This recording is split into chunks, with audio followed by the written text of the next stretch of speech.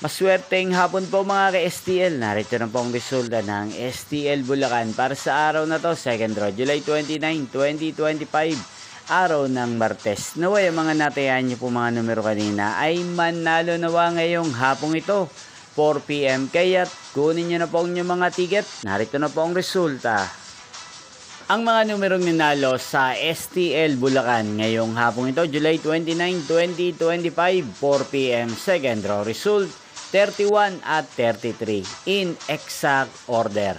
Again, 31 at 33.